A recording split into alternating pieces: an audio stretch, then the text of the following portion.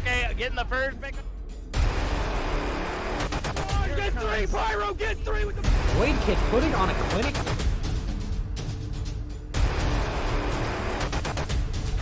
Whole team's down. Oh!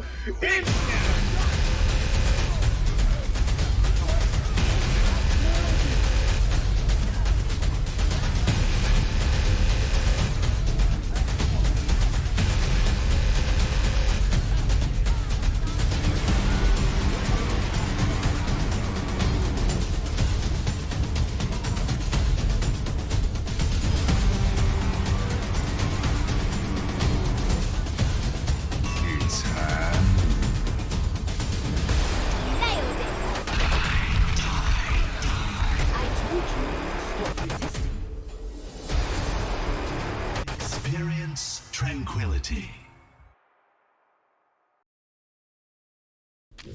Let's drop the beat.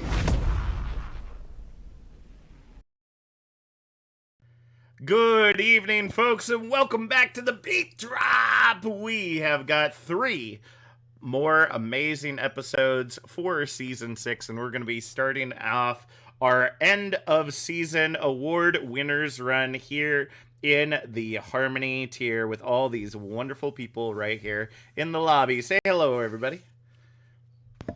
Hello. Hello.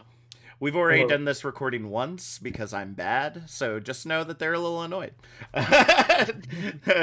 But nevertheless, we're glad to have you all here, and we're looking to learn more about you. That being said, if you're interested, this is my plea to all of you out there. If you're interested in being part of the BeatDrop next season, please, I need help.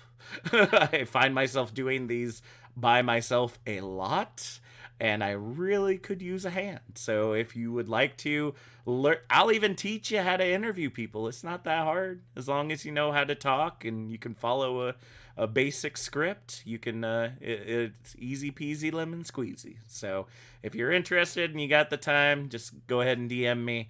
Now, with that out of the way, let's go ahead and get into it with our amazing award winners. We're going to be starting off at the top of our list with the Harmony tier best coach. I'm Argumentera. I'm the coach for Flashbacks, and my favorite emote is the Tracer sitting around one. That's true. And we were just talking about how you hadn't used the Tracer emote to like sit in places where you can like essentially hide as Tracer or just look like you're a little kid like sitting in a box, which is really neat. So I hope you get to do that here in the near future now that you know. It's a lot of fun.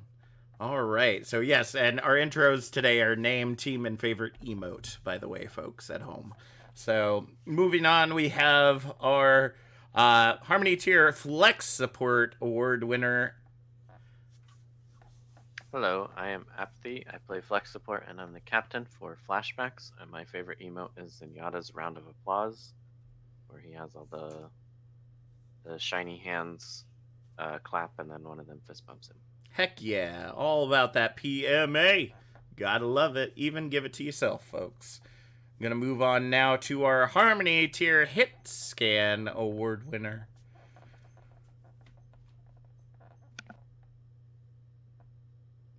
Oh, sorry, my mic messed up. No worries. Alright, so I'm Vix. I'm the head scan and GM for Flashbacks. My favorite emote is the new Creed emote where he reloads his gun. Yeah, that was interesting. The fact that you can literally, if you didn't know, folks, you literally reload his gun. So, like, if you had no bullets or, like, one bullet in the gun and you do the emote, it'll literally reload your gun. I don't know how that works on the fly, like, if you can cancel it kind of like Deadeye real quick and, like, reload it a lot faster, but would be interesting to see. And next we have our most improved player for the Harmony tier end of season award winners. I'm Maya. I'm the Flex/main support and GM of Strix. My favorite emote would be the disapproving Anna emote that she puts her hands on her waist and looks at her and looks at you disapprovingly. I use it a lot on my teammates. Well, when you're the mom of the team, it only makes sense. It only makes sense. Moving on, we have one of our two end of season award winners for the main support position. Hi, I'm Dispel. I'm the captain for Boop. I think my favorite emote is Lucio's In the Groove. Yeah. Where you get like a 3 or 4K boop and then you just emote on it. That's great. Oh, that's amazing. That's really neat.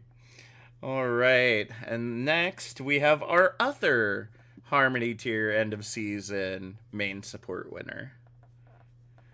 My name's Narcissist. I'm main support for Valkyrie, and my favorite emote is Torbs with the little turrets. Aw, the little Torblet turrets. Aw, that's always so nice. Could you imagine if you could actually put those like on the field? That would be so crazy. Even if it was just a little turret, that'd be so neat. Going back to the April Fool's patch, if you all didn't play that. Next, we have our Harmony tier MTD, the main tank diff award winner. Hey there, my name is Crispy. I'm the main tank for Maelstrom. My favorite emote is probably Roadhog's secret friend, little Pachamari. Oh, and now you got the Pachamari skin too. Oh, it's so awesome. I've always loved that one. And last but certainly not least, we got our Harmony tier end of season award winner for the off tank position.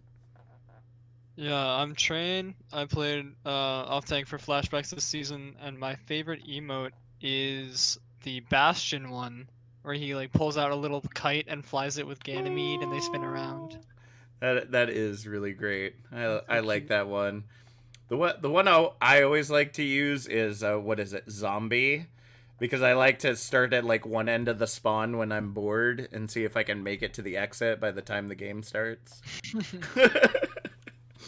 It's always, I mean, you can do it with Ryan too, I guess. He has one as well. But the only person that we don't have here tonight is Titanic from the Koala Kings, won Best Projectile DPS for the Harmony tier end of season award. So Titanic, sorry you couldn't be with us here tonight, but congratulations once again on your award, and best of luck as you continue your fight for the grand finals position. So let's go ahead and get into our questions for the evening, starting off with learning a little bit about the players that we have here in the room. We're going to go ahead and start with Argue and move our way down at the through every question, so just kind of get used to the pattern, folks. And we'll be starting at the top, at the beginning. Where did you start in gaming? You know, what did you start on console? Did you start on PC? You know, were you a boomer like me and started on Pong or Jax, or I don't know, what'd you do? What did people do in the 1800s? I don't know, before video games came out. And then how did that spur you on to end up here in Overwatch and Overwatch Tranquility? I think the first thing I played a game on was, I don't know what it's called, honestly. It had Nintendo games, like you could only play Nintendo games on it. Okay. I don't know if anyone knows what that is. What it's called. But it was just my uncles, and when I was like really little, we would just, me and my cousins would just play Nintendo games on it. And eventually, like I think when I was like 7 or something, I got a DS. Mm-hmm.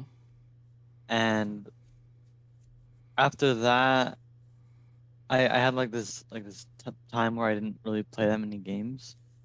But then I played games on console for a while when probably for like 3 to 4 years. Not only for like 2 years did I have a console, and those I just played with my cousins for the rest. But then I went to PC, and I got Overwatch because I think there was a sale for it, and one of my friends just like said I should get it.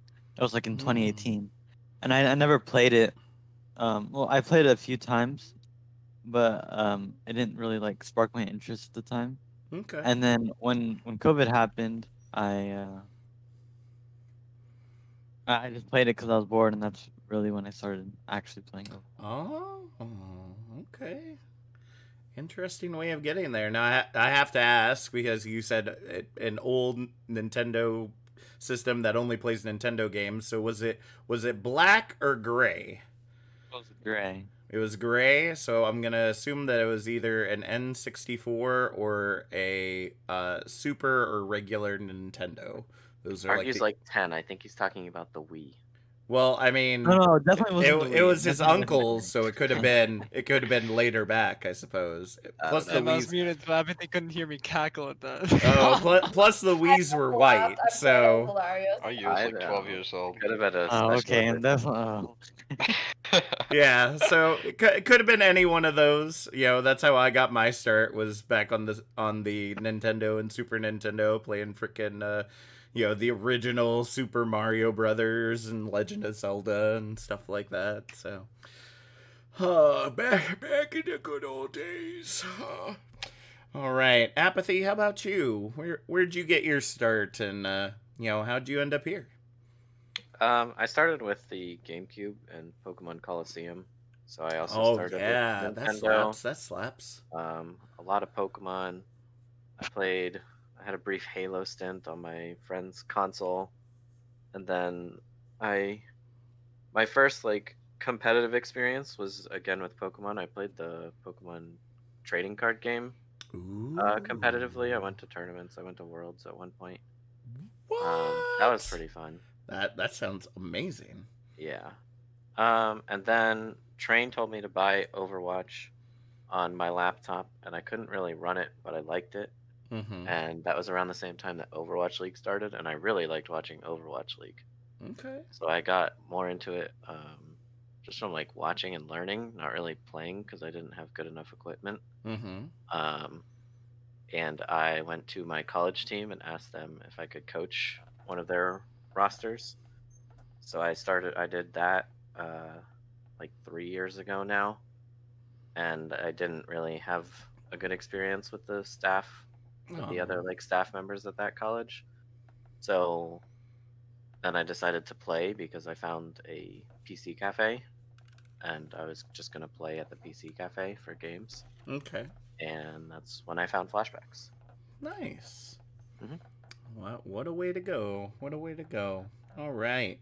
Vex, how about you? What spurred on that exclamation point into your gaming career? As look cool, but other than that, I started playing on DS with Pokemon Heart Gold, and then I kind of just played Pokemon for a while, and then I took a bit of a break, and I played like PS3. I played FIFA, and then I got a PS4 and played 2K. I played 2K competitively for a while. I made a little bit of money playing 2K. Wow. Okay. I played, and then I got a computer, and I bought Overwatch, and didn't really play it that much. Played Siege mainly. Played that for a while. I got like kind of high rank, I guess. I don't know, not really. And then I just stopped and started playing Overwatch more. So, yeah. Awesome. Now we're here.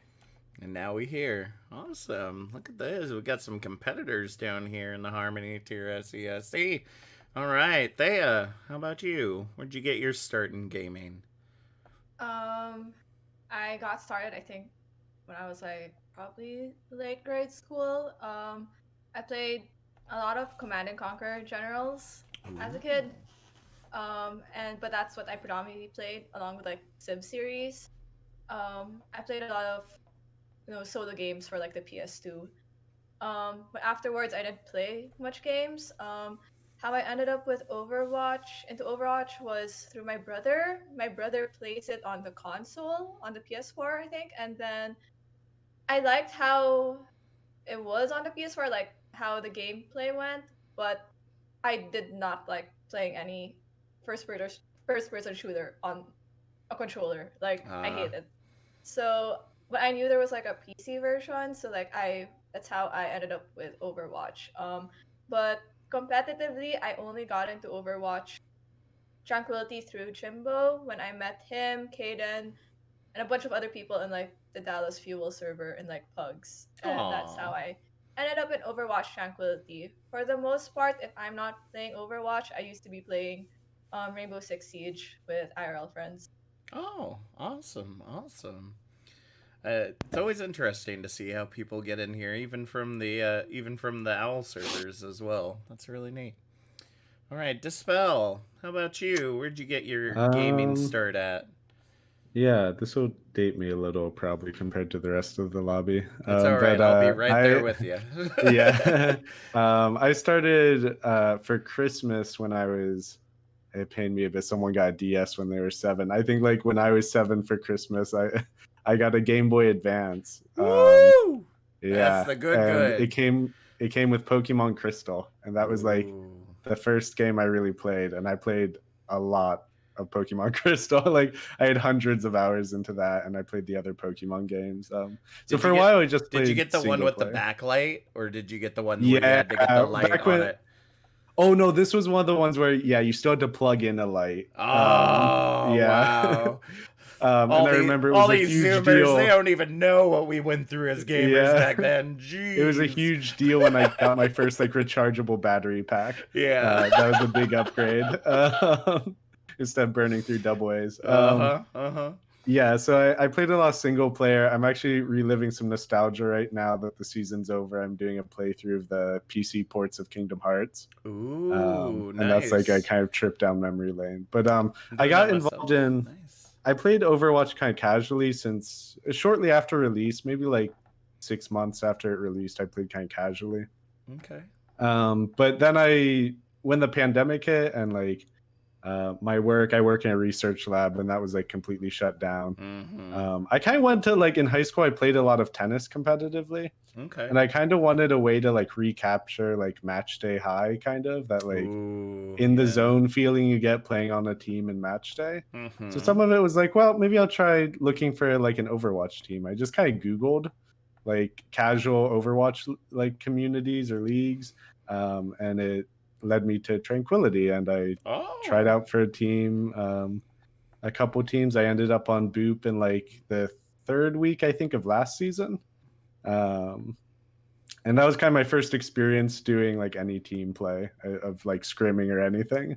And now I'm here. Yeah. So that brings us to today. So awesome. Well, good to know that if you search casual Overwatch communities, that Trank is on the top of that. That's yeah, good to hear. I think it's there's some like Reddit post from like 3 or 4 years ago, like announcing like the creation of it. I just kind of it led me to the Discord eventually. I had to do a little digging, but oh, I was about to say I figured the website would have came up, but all right, looks like we I gotta think that was there update that too, a little yeah. bit.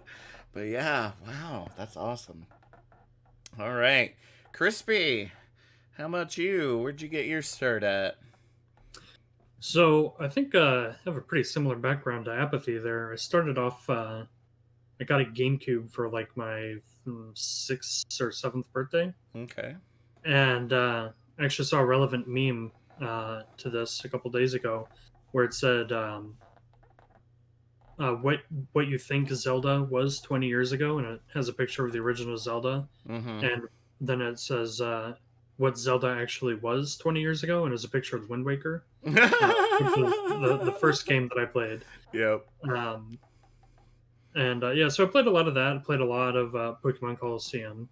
And then, so if I don't know if you guys know Triage also in the community, but we've been best friends for the better part of 2 decades. So I'd go over to his house and play Xbox all day. We'd play lots of Halo, Grand Theft Auto, and all that. And we'd been playing console games ever since then. I eventually got my own Xbox 360. Played a lot of Skyrim. And then when Overwatch came out, we decided to build PCs so we could play Overwatch because it looked more fun on PC. And here we are. How about that? How about that? Long-lasting friendships, folks. Can even find them here. All right, and train. How about you? What station did the train take off from to get you all the way here? Yeah, first game I ever like actually played on PC was called Paradise Paintball at the time, which later, a few years later, rebranded into Uber Strike, which is just like a kind of cartoony Quake knockoff FPS game. Okay. And that kind of turned into me playing Quake and TF2, which kind of naturally progressed into Overwatch as TF2 kind of ramped down. That whole time I was playing a lot of PlayStation 2 also. I really got my start with Kingdom Hearts and with the FIFA games at the time. Yeah. So then as kind of like as Apathy and my friends were kind of moving away to college, we were looking for games to play to kind of stay in touch, and Overwatch came pretty quickly to the top of the list there. So Apathy and I would basically full flex for our scrub friends and then just mess around in ranked all the time. And then leading up to this season, I had seen how much fun Apathy had had in the past season with flashbacks and the amount of success that they had had. So I decided to try my hand at it, and flashbacks was the only trial I did. So glad they said yes. I've had a great time so far. And hoping to stay together with Apathy the best I can moving forward. Aw. Well, so what you're saying is that Flashbacks is lucky to have you, because otherwise somebody else would have snatched you up. Okay. No, otherwise got I would not be in train. Given up. Yeah, more likely. All right. Okay. So now that we've got a little bit of history under our belt, some of you have kind of covered how you found yourselves where you're at now, but let's dig into that a little bit. So starting with Argue again and moving down, why did you choose the team that you currently play for? Or did you get the chance to choose the team that you currently play for? Or was it more you were kidnapped or something? If you need help, blink 3 times. I think Argue might have had to go do something. Okay, well, go ahead and start us off, Apathy, and we'll come back to Argue. Yeah, in season 5, my sole tryout was Flashbacks. And I was their sole flex support tryout. I mean, like, they had one, but he was just like not a real option. So they kind of were forced to pick me up, and then it ended up working out. Well, that's good. Yeah. And then obviously I liked it a lot, so I wanted to stay for season 6 and onward. We'll see. All right, we shall indeed see. How about you, Vix? Well, last season was a bit scuffed, so I decided I wanted to play in Harmony tier this season. Okay. So I DM'd Capital and said that I was going to play in Flashbacks, and tried out for Flashbacks, and he decided that too. So. Okay. Yeah. All right, sounds good. Thea, how about you? How'd you end up finding yourself on Strix this season? Back in season 5, as Pantheon was ending, I said that, hey, I would be willing to GM or Strix, and that was just supposed to be it. I was just supposed to be GM, but like a shit ton of things happened internally in the org, and so many things had to be restructured just 2 to 3 weeks before the season started, and we were down a support. And much to the nagging of Jimbo, he was like, you should pick it up. So I ended up picking up the space in between that's supposed to bridge between Jimbo and Daye. If given the choice, not gonna lie, Capital did offer me a spot on Flashbacks, but I said no, because like I was supposed to GM and GM only, but shit happened. So that's how I found myself on Strix. All right, but needless to say, made a lot of improvements this season, obviously. So, all right, Dispel, how about you? Yeah, so I tried out for, before I tried out for Boop, I tried out for Holy Jalapenos, and you can probably ask BethCon about this. It was my first scrim ever. I had no idea. I was so nervous. I played like one of the worst nights of Overwatch of my life. Like I was hard feeding. So that's how my first tryout went, and Okay. I'm sure BethCon can vouch for that. I no shame in that, but yeah, then I tried out for Boop, and had to try out with them, and I don't know, it just felt cool. It was like a chill group. I was a little less nervous, so I didn't play as bad. And then so I joined Boop, and then had the last season with them, and really liked the group. We had kind of a middling season, but I liked the idea of kind of sticking around to try and build something. So I decided to stay on for this season too, and we had some struggle, but like we kind of turned the season around and ended solid. It's been a fun experience. Yeah. Awesome. Well, we hope to continue to see you participating moving forward then. Awesome. Yeah, I'll be back. Awesome. Chris, Dispel always comes back. All right. Crispy, how about you? I know that essentially you and Triage were probably joined at the hip coming in, but how'd you all find yourselves onto Maelstrom? Yeah, so we actually played on a team in season 2 called Liquid Nova. Oh boy. I've heard the stories. Yeah. And we had some arguments with people that were on the team at the time. And but we also made a lot of friends on the team, like Mountain Fall and Pigs, who's not really around anymore. But so we decided that we would, pick up the pieces that were still working and make Maelstrom, and here we are. How about that? Nothing wrong with that. Actually, quite a few teams in our org have turned out like that. JPC and Aerial Felines is another one of those where Wrecking Crew. Wrecking Crew was not the greatest, but you take the pieces that work, you try to put it back together, and you got something beautiful afterwards. So if you for those of you at home, if you played this season and it didn't work out, try again. There's so many amazing teams here in Tranquility, and I guarantee you, if you didn't find your home this time around, there's gonna be a place for you. I know there is. So, Train, how about you? Choo choo. How'd you get yourself onto Flashbacks? Oh man, I just went where Apathy was, honestly. Full story. But yeah, coming into this season, I had literally zero experience with organized Overwatch at all. Okay. So kind of went into the first trial scrim like completely blind. Okay. Having never had played Sigma before, I played Sigma for like the week leading up for trials, and then like basically played him all through tryouts because it was super meta. Yep. But I kind of fragged in trials, and I haven't fragged since then, and my team got baited. Rip. So, but yeah, that's basically how it went. I mean, I had a lot of synergy with Ares, who I ended up tank doing within a lot of the trials because like how my schedule worked out. So I think there are a lot of factors going in my favor with communication and things like that. So makes sense. I was glad they decided to take a risk, I guess. Oh, well, that's so awesome. All right. So now we get to see how you all have been running the Kovacs this season, or if you have, you could have been playing Fall Guys or something like that, I guess. But starting at the top and going down, we actually, I guess, get a unique perspective here to start out with or actually argue, are you back? Guess not. I guess not. All right, sorry, Argue. I'm gonna feel bad if Argue's just literally like sleeping at their desk right now. Nah, I thought he had to do some family stuff. Oh, okay, I gotcha. All right, so we'll go ahead and keep moving on until Argue comes back, and we'll pivot back around if need be.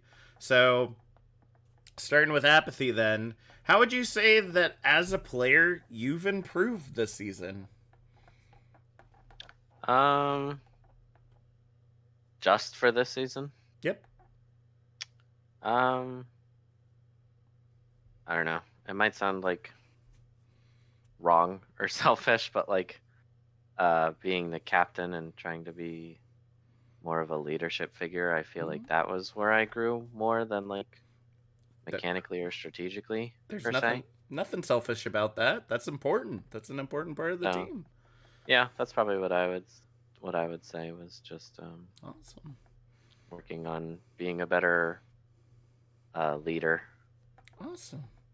That's definitely a great area to grow in. And for people that say that esports isn't a place that you can really learn anything, I say nay. I say nay to you that do not understand the great inner workings of the love that we call esports, because there's just so much to learn. There's so much to do all the time, and that's one of the things that I've thought about taking on myself, is being like a GM or a team manager or something like that. And there's a lot of work that goes into that people don't get to see. One of those unsung heroes on the team. So good on you. Good on you for growing in that way. That definitely no shame in that. No shame in that at all. Vix, how about you? How have you grown this season? My hero pool, probably. I came in as like a 3-1 peak Genji player, so now I'm a Tracer 1 tricks. Probably just like hero pool, I guess. Nice. My positioning's gotten a lot better too, probably. Well, I mean, the meta is definitely a lot more in DPS favor this time around. Thank goodness. If people can even still decide that there is a meta to be had right now, and actually heard that a lot during the Transcendence interview as well, is that you can flex onto a lot of different heroes. You're not stuck in May jail or Reaper jail or McCree jail over and over and over again, because now that there are the new pros and cons with the most recent patch, you can actually use some of those 20 some DPS characters that are out there, not be stuck on one or two of them for the entire season. So it's definitely a meta, but it's really map dependent, so yeah, it's really nice. Awesome. That's great. How about you, Thea? Our most Too improved. Many to count. Too many to count. Because as a player, I entered with no experience playing BAP or Zen. Okay. So I had to pick all of those up. And if you ask the people in Pantheon how I was playing BAP at the start of the season compared to where I am now, they will say it's night and day. But beyond that, I think I learned so much in how to properly manage a team and how to deal with problems internally or within the team. So I think I've improved a lot in at least people management also. So it's just been across the board. So I guess that's why I'm really tired by the end of the season. Hey, but that's why you're the most improved, right? So, putting in the work like that, and especially for the field that we know you're going into, for people that don't know, Thea's in law school right now.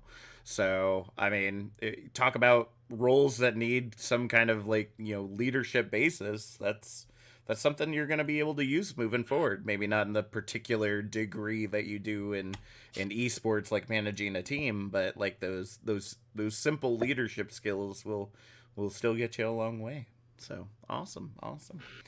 Dispel, how about you? Yeah, I think I've done quite a bit of work to grow my hero pool from when I came into the community as kind of a Lucio one trick. But I think this season in particular, I've worked really hard on the kind of invisible comms role of a main support, of working on my alt tracking, working on just kind of my macro knowledge of the game. Okay. And that's something that is really hard. Alt tracking is very hard. By far, probably the hardest thing I've had to do in the game.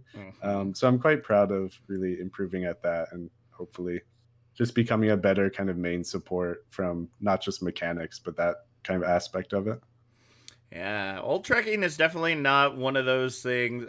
Some people say that it's a science, and honestly, I think it's more psychic than science, because sometimes you think you have a good hold on it, you think you have a good idea of where the enemy's at, and it's boy. kind of as well. Every time I think I'm getting, every time I think I'm getting good at it, and then we start screaming a little higher, and the Zarya builds a grab, or the Mei builds a blizzard, one fight earlier than I expect, and that feels pretty bad because it's kind of a team wipe mess that up. Like, Exactly. But I mean, that's the great thing about it, right? Is that by being in the harmony tier, y'all got nowhere to go but up. So you get to have kind of like a starting level of knowledge. You know what to expect at this level of play, and as you continue to climb, you'll realize that certain heroes are able to aggress harder and be able to be utilized better to get those ultimates online faster, and you just kind of learn as you go. That's the love of the game right there. So awesome. Crispy, how about you? What have you learned? What have you improved upon this season? This season I've really been focusing on my in-game leadership skills, working on comms a lot. Last season and all the seasons before that, it's just been like, learning the heroes, but I've definitely been stepping up, taking charge of the team in the middle of a fight and before the fight too. Okay. Again, that's definitely a great area to be in, especially in like the heat of battle, being that voice that can be like, hey, I know things might be rough right now, but let's try to pull it back. Let's try to keep it going. And that the mental of a game can really make or break how the fights go down. So good. And Train, how about you? How have you improved to be the super off tank we know you to be this season? Yeah, definitely not leadership wise, actually. I came in with a lot of experience in leadership, Okay. like throughout my college experience, and I actually have an undergraduate degree in leadership. Wow. Okay. And like Okay. during my first week on the team, Capital pulled the whole team aside. I was like, hey, like let's figure out calm structure. And he asked the team like, who is your IGL? And no one says anything. He says it's Train. Like it's Train. Like, we just and partially a lot of that is because I don't shut up and that I had to learn what I have to actually say and what Yep. matters. Mm-hmm. But I'm just a very talkative person. Alright. But anyway, I actually think I've improved pretty significantly on like learning what my job is in a different comp and on a different point or a different hero.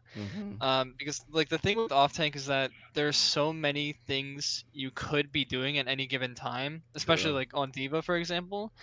And then like some of them are bad to do, like some of them are good to do, but only one is the best thing to do at any given time. Yep. So learning how to optimize your role is a really, really critical step towards climbing and towards like bringing more value to your team and making that little bit of difference every fight. And that's something I just had no idea to do, and I still don't know a lot about, but I've gotten a lot better. So.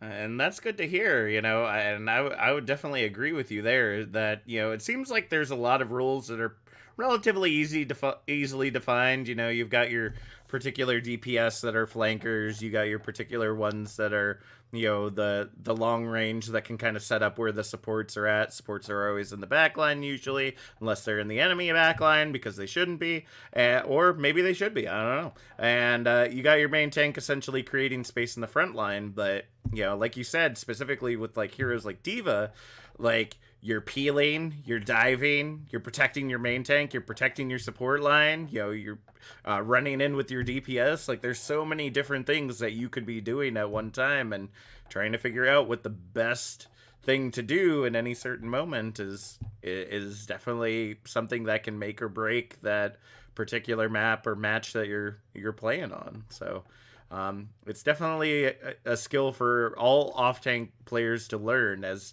actually if you were watching the VOD right now, you'd see an enemy Lucio inting a little bit into the back line on your team. So needless to say, learning all those things about like positioning and decision making and whatnot are super important. So awesome. Good on y'all. Good on y'all for being so awesome.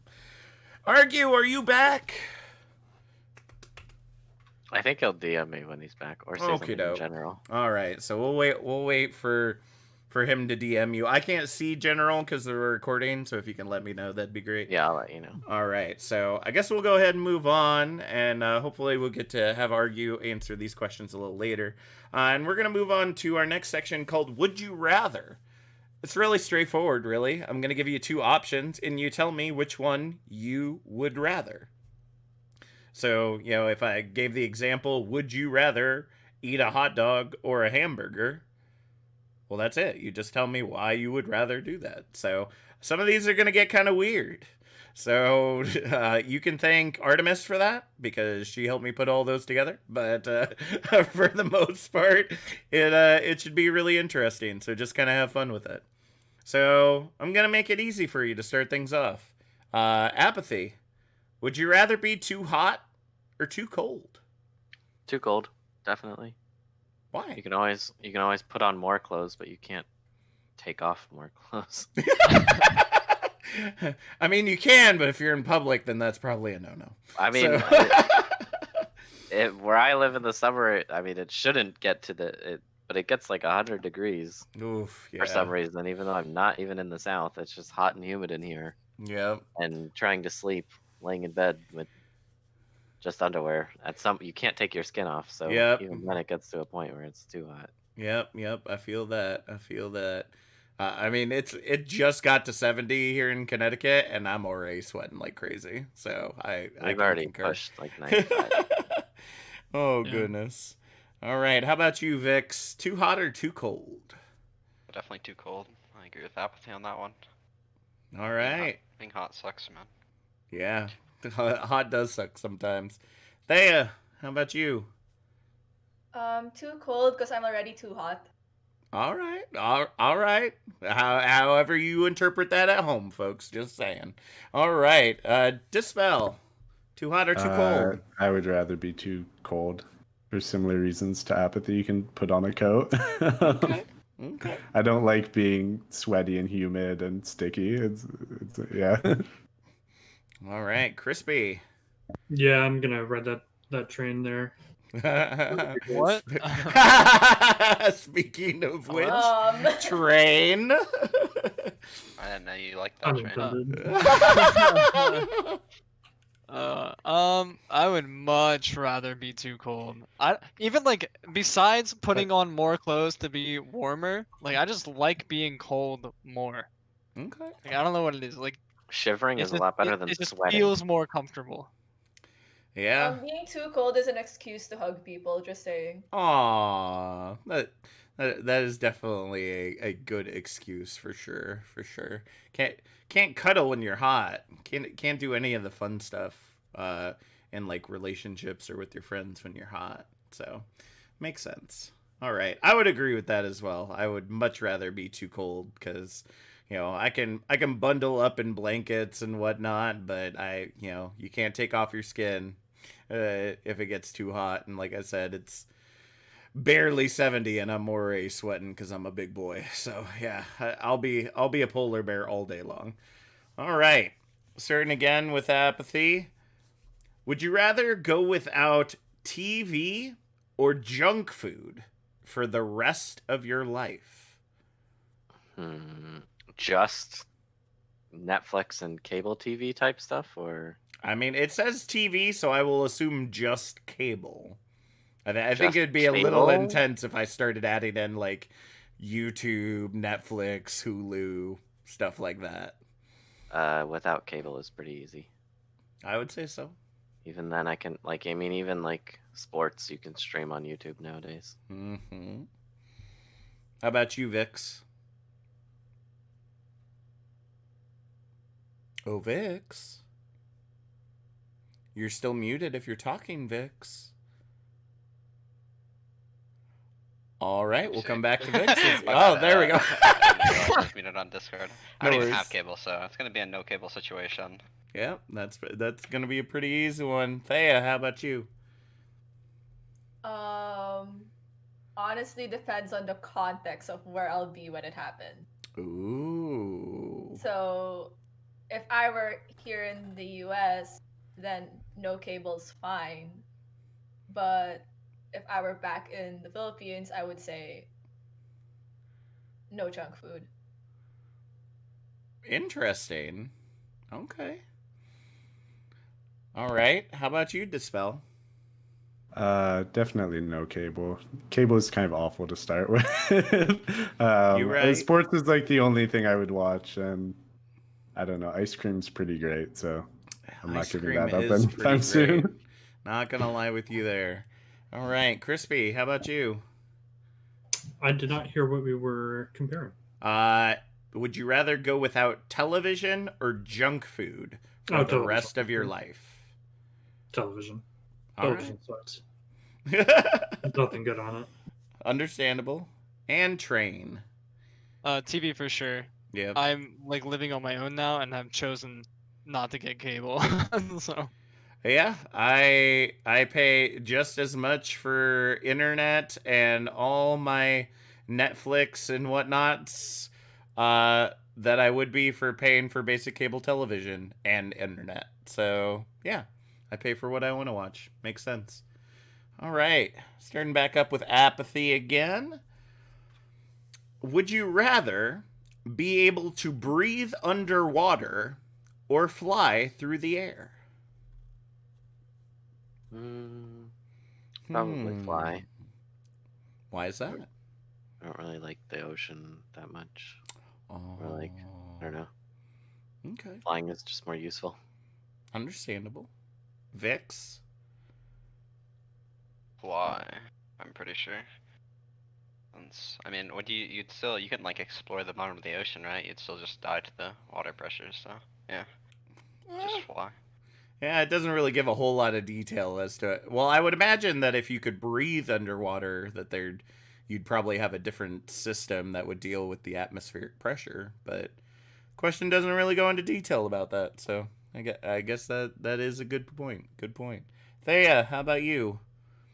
Underwater breathing or flying? Breathe underwater so that I could spend time with others. Oh, I knew that. I'm very one-track mind with this. I'm sorry. It makes sense. It makes sense. Dispel. How about you? Probably breathe underwater because I'm not like a big fan of heights. So yeah, be pretty low flying even if I was. So understandable. Crispy. Definitely fly. Underwater, I don't know. Seems kind of boring, but flying, I don't know. Make a lot of money that way, I think. So. Ooh, that's true. You could be the next version of Uber delivery. Deliver your pizza an Amazon drone. Yeah. They won't be drones, they'll be superheroes. Who'd have thought? All right, and train. How about you? I would definitely rather fly. So like here's the thing, right? Is being able to breathe underwater doesn't make you a good swimmer. So like you're kind of limited by how long you can exercise anyway. Mm-hmm. And like I don't know. That feels much more limiting than just flying. True. See, I'm really torn on this question myself because for those of you that may not know, I'm a veteran. I was a submariner back in the day. And so I love being on the ocean. So breathing underwater would be cool because if I, wanted to go deeper, like near the beach or whatnot, see what I could find, so to speak, that'd be really cool. You could go to some really neat places and wouldn't have to necessarily worry about scuba gear or anything like that. And although to your point, Train, about swimming, you wouldn't really have to swim because unless you're trying to get away from something dangerous, I guess that'd be the only time that you'd have to worry about that. But otherwise, you could just walk underwater. So, but the flying part is great because I wouldn't have to get in my car. I wouldn't have to drive through traffic. I wouldn't have to, I could probably get places a lot faster than I do because you wouldn't have to take streets or highways to get there that take you this, there, and everywhere along the way. So, yeah, I'm probably going to go with flying too. All right. So next, here's a weird one for you, Apathy.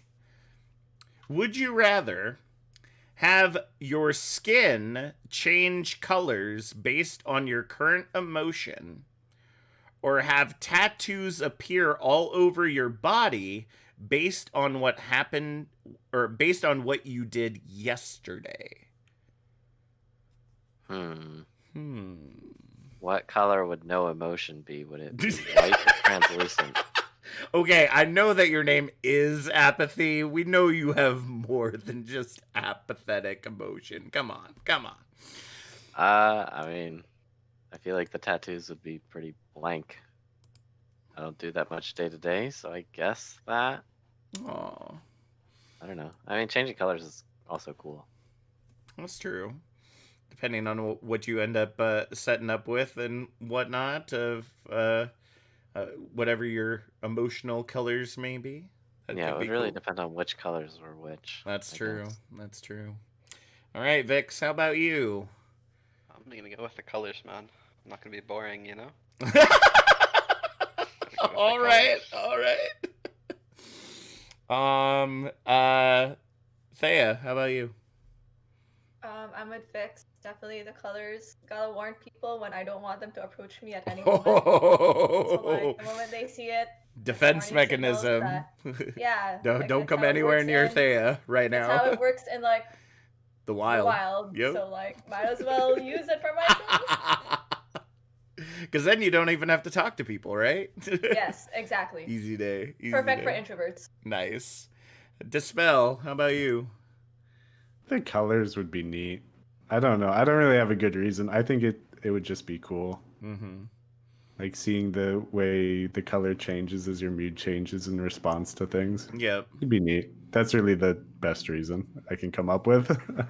Understandable. Crispy, how about you? I think I'd go with the skin, just because the other one sounds a little dangerous. Okay. Dangerous. Interesting choice of words there. Yeah, yeah. Did some weird stuff today No before. one has to Label tattoo your body. There. Perfect. You know, You're just gonna in rob a case you bank and then have just a in case tattoo you on happen to murder someone the day Nah, before, I you mean, don't not want to even- let anybody know. Oh no. I mean, it would be weird if you went to bed with your wife and then showed up at work the next day with that tattooed on your forehead. Yeah, that's a little closer to what I was thinking. Yeah, true. Yeah, I didn't think about Or it. went to go visit the in-laws or something. You wait, you wouldn't get a tattoo with that one? Yeah, you don't want a The tattoo emotion of of your that would be in-laws on you quirky for a too, though. day? Oh goodness. All right, Train, how about you? I'm going colors for sure. Okay. It can be pretty convenient to not have to explain your emotions at all times. See, this one's hard. This one's hard for me too because the tattoos one, I guess it depends on how descriptive the tattoos are, right? Because as a parent, there's like what I would like to call strategic lying. So if I bought birthday presents the day before, the last thing I'd want my kids to know is I bought birthday presents the day before for them. But on top of that, I tend to be one of those people that it takes a lot to piss me off, but that doesn't mean I ain't pissed off if I'm still being nice to you. So do I really want to let people know that? I might go with the tattoos on this one. I'd be able to possibly lie my way out of that one, but the colors one might be a little bit harder. So, all right. Last one for this section. I took it back to Overwatch, took some inspiration from Papa Jeff and the dev team over April Fools, and I decided I wanted to make some tweaks to Overwatch. So I want to hear what you think would be the better change, what you would rather see in Overwatch if it were even an option. Would you rather have Baptiste's immortality field protect people up to 50% of their health, but the only way that you could heal is via your grenade launcher? So no regen burst, and it can only be by direct impact. So there's no like splash damage. You would literally have to aim that thing at people and it would have to hit them in order to heal them. So like Ana. Or would you rather have Widowmaker's ultimate allow her to shoot through walls, not shields, but walls, but she has no secondary fire, so no SMG ability. So every shot would have to be a scoped shot.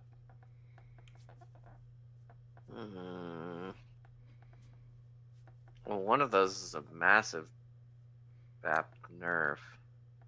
and I don't like playing BAP, but when people insta-lock Rhine because they can't comprehend how to play other main tanks, you have to play BAP with them. So I would probably say the Widow one, even though that's broken. Well, I mean, that was kind of the point, so... Yeah, I would still say the Widow one, because BAP needs to self-heal. Gotcha. Oh, yeah, I didn't think about that one. I didn't think about that for the... Unless he could shoot his feet. Sure. I didn't think about the regen being the only way to self-heal, so... let's just say that regen is only for self-heal, then. Only affects yourself? Only affects Baptiste, so it doesn't affect anybody else. Yeah, so. Then I'll take the trade-off. Okay.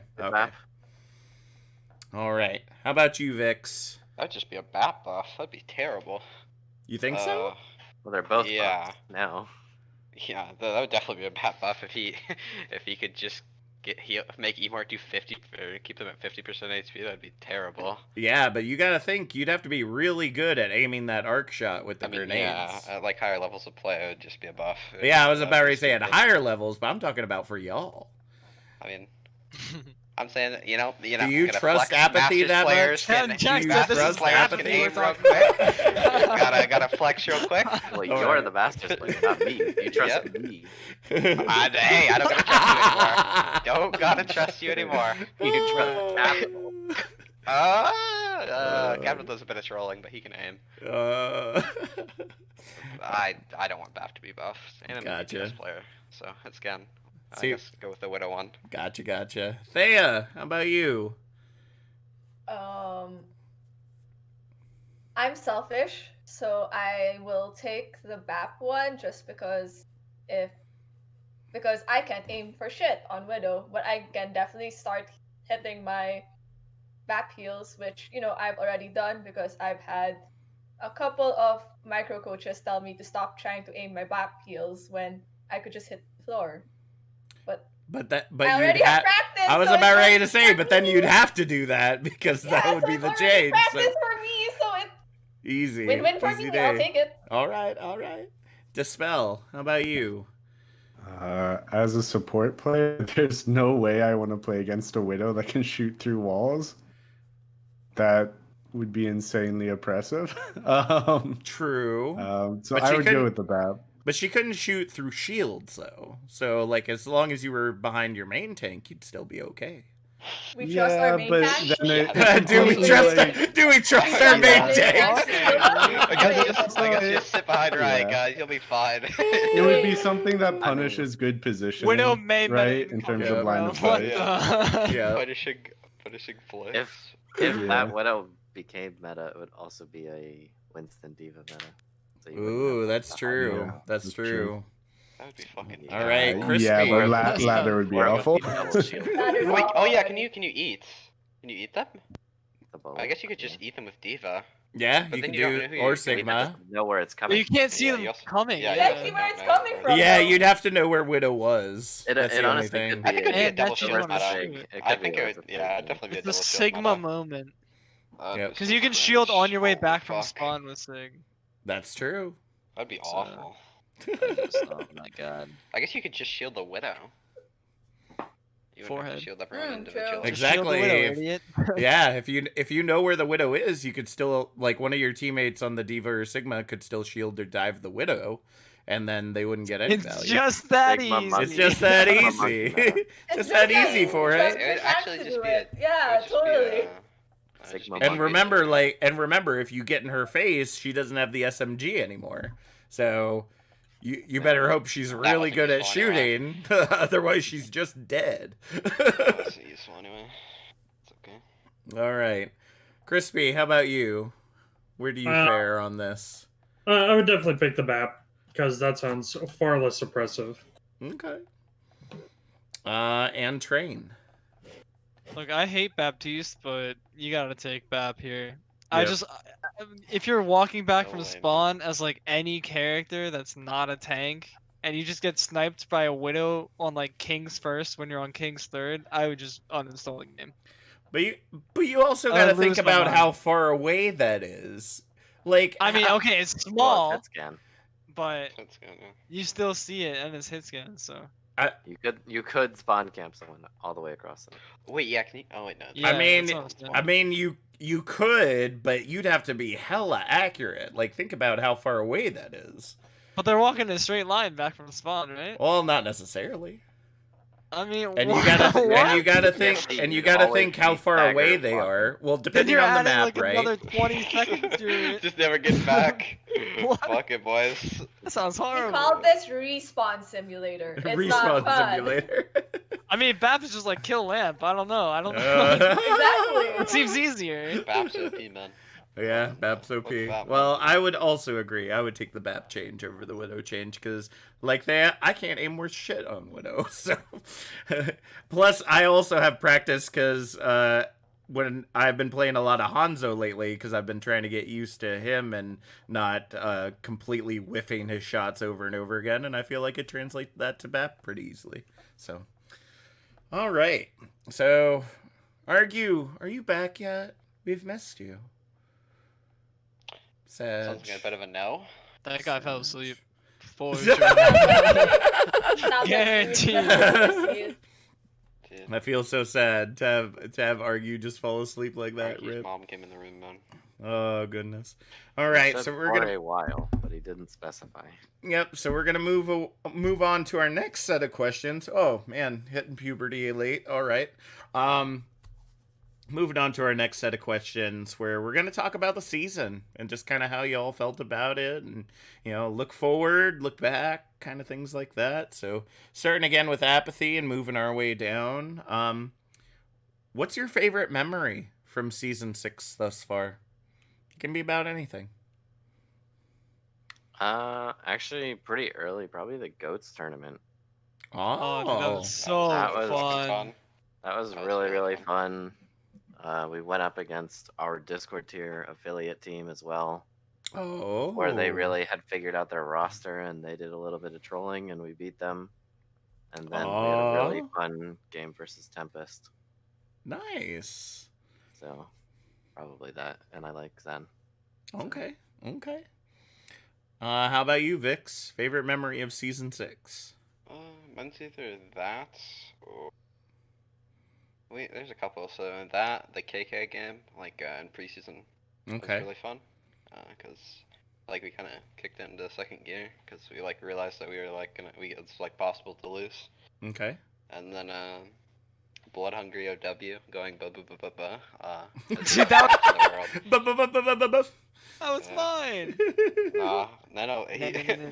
For those of you who don't know, whenever Blood gets nanoed on Monkey, he makes monkey noises.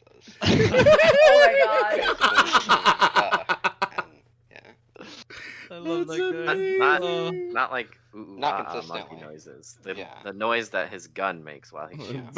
Yeah. But it's also it's not every time, and he always does it very quietly when other people are calming. So it's a little background sound and you just hear. Or while he's whole hogging. Or while he's whole hogging. Oh my god! I love Blood Hungry. That's what you get. Have we heard that in a comms check yet? That needs to be in a comm check. So the only clip I have of it was in preseason. Oh no! So I don't think it ever made it to hashtag make Blood Hungry. Agree. Oh goodness! If anyone wants to watch it, that's amazing. Oh, I need to watch it. That might be the wrong one. Wait. That's amazing. All right, well, you're doing that. Thea, how about you? What's your favorite memory of season 6 thus far? I can't decide between the reverse sweep against Valkyrie or us winning our match against JPC in round 1 with the most scuffed roster that only got together 2 weeks before the season started. All right. So those are memorable for very different reasons. Yep. Okay. Well, we're still waiting for that rematch, and I'm sure Valkyrie's looking for it. So can't wait to see that, and whenever y'all get that one together. All right. Dispel, how about you? Yeah, for me it was probably after we had started the season 0-3. Well, that wasn't fun. That wasn't my favorite part. But we went into playing Void then in week 4, I think, who at the time was undefeated. Okay. And we pulled the upset on them. So that was like a really nice team moment, and it was also kind of like a realization for the team of like we can hang with anyone, because at the time people were looking at them as like a top 3, top 5 team. Yep. And that started our like 6-0 run. So that was just like a really great team moment. Nice. And probably definitely a thing I remember from this season. Awesome. Crispy, how about you? I'm gonna take the easy answer and say all of the time that I get to spend with my team. Aww. Maelstrom's a great group of people. Made a bunch of friends. So, yeah. They are some pretty awesome folks. I'll give you that. Train, how about you? Yeah, I think mine's got to be Goats tournament. That's like that was just me, like new member on the team, new person on the scene of Trank in general, just like plat player going up against like Rem and Tempest, just eating grabs and just getting clips, like messing around, not worried about very much, and just looking to do our best. Really low stress environment, really fun. I had a great time. All right. Now, I shared about, from my end on this, I shared about in the trance one that you'll see tomorrow about event week and raising money for Rise Above the Disorder. But I think for this one, I'm going to keep it a little closer to home and just be like, I'm just happy how the season turned out. We didn't have a whole lot of issues. For the most part, teams were really great. Didn't have a lot of disciplinary actions, and it seems like a lot of people got along. This community continues to grow by leaps and bounds, and I don't know, it's just really exciting to watch and be part of. So I have to say that's my favorite part of the season so far, is just and the competition. Oh goodness, like I don't think any tier had a definitive like top 1 or 2 teams. I think for the most part, and especially now that we know where we're at in the playoffs, I mean, just seeing some of these scrappy underdogs come in here is amazing. So, yeah, it's just been an absolutely amazing season, I feel. All right. Let me just move this real quick on the video so that people aren't watching 10 minutes of halftime. And our next question is, what is one thing you loved about season 6? It can be, about your team. It can be about the rules. It can be about how it was set up. Anything about season 6. Starting again with Apathy. Aw, we lost argument. Yeah, he had to go. Aw. Probably just like getting to know more people, I guess. I didn't really interact very much outside of season 5 flashbacks. Like up and pretty much until playoffs, I don't think I literally had talked in Harmony General. But I've started like talking more, getting to know other prominent people in the community or in our community, like Yeti and Navino. And just, yeah, I don't know, just putting myself out there more and getting to know more people. All right. I do want to give a shout out to Narcissist. It seems that their internet went down too. So sorry, Narc. Wish we could have had you, but feel free to answer these questions for us in like general or something. We'd love to find out how you felt about this season. All right. So moving on, Vix. So I liked I don't know, I got a lot better throughout the season, I guess. Like I got pushed to get a lot better. It's really enjoyable. And meeting new people was nice as well. Apathy, Cry, you guys are all Capital, of course. You guys are. Oh, and Boring. I love you, Boring. You guys are all awesome. So, thank you. All right, Thea, how about you? What's one thing you loved about season 6? I felt like I learned more about myself in the past 3 to 5 months than I have during like my whole second year of law school. Wow. It's an eye opener of just like a lot of how I am as a person, and it's just been a good learning experience altogether. And like I've made really good memories with like almost everyone on Strix. Like Oh. for a hodgepodge of people that came together 2 weeks before the season started, I couldn't ask for any better. They were great. They were amazing. I love them all. Aw. Dispel, how about you? Yeah, aside from, I don't know, my team was great. Like our team had like a lot of growth this season, so that was like great to see. To meet some new people and see them grow a lot as both individuals and a team, that was a really rewarding experience. But I think as well, season 6, I just love match day. Like, I don't know, there's something about like being able to get in that zone of match day that just hits different than scrims, and like really playoffs especially. We obviously like didn't go as far as we'd like to, but there's just something special about that, like playoffs. Being able like thinking about it all week of like, here's who we're playing, like, think about what your job needs to be, and just like entering that zone of focus is a lot of fun. Awesome. Crispy, how about you? Yeah, this season I was put into the assistant tier director role. So it's been a lot of fun to kind of experience that side of Tranquility and, help actually run the tournament. It's been an experience. Jeez, I can't talk. But yeah. Awesome. And Train, how about you? Yeah, I've really had a lot of fun. Kind of rediscovering a competitive side of myself that I haven't had like since high school, like 5 years at this point. I like ran track and cross country pretty competitively in high school and have been missing that, I think. So it's really fun to do that in an environment that's really growth oriented and not like super hyper competitive, right? Like I mean Harmon's here is serious and there are teams that are definitely serious and trying hard to win, but it's not like the end all be all is winning and beating everyone else. It's more about having fun with people who care about something that you care about too. So that's been really rewarding, and I'm glad to get back to that. Nice.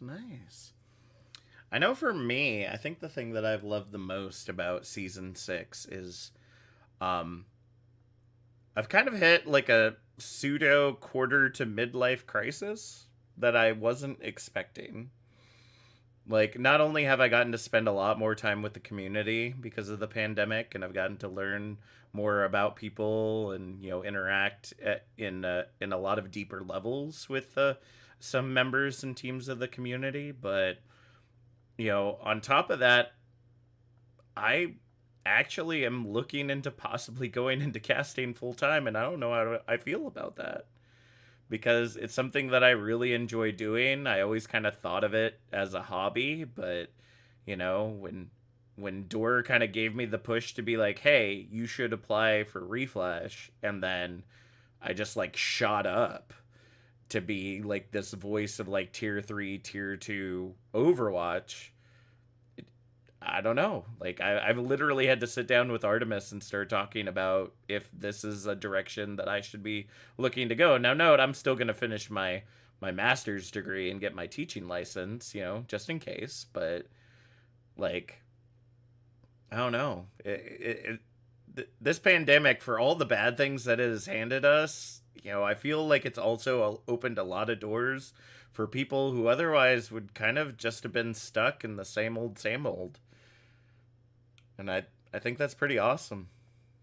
So yeah, that's definitely exciting. Yeah. And scary to think about. Oh, it's definitely scary. the way that casting and pay and stuff is right now in that level of Overwatch is terrifying. So that's why we're essentially taking it a day at a time. And when the pandemic's over, that's really when I'm gonna be looking if that's gonna be a feasible market to go into. But I mean, just the excitement of like having something that I'm so passionate about again. Not that I wasn't passionate about teaching, but I mean, I've been going to school for like 6-7 years now, so I'm a little tired. I'm a little Might tired be of time the to same. stop. Yeah. Yeah, I'm a little tired of the same old, and so it'll be interesting to see how that goes. And I hope that a lot of people are experiencing that right now. That despite all the bad stuff that we keep saying happened during this time, that some people are walking away with kind of like a newfound love of life, I suppose. So. Speaking of that, there are always changes to be had. And so when we talk about changes, we got to start looking at Season 7. This season's almost over. We did some good things, did some bad things, did some things that people would rather us change. So that's the question. What would you like as a player to see added or improved upon going into Season 7? Starting again with Apathy.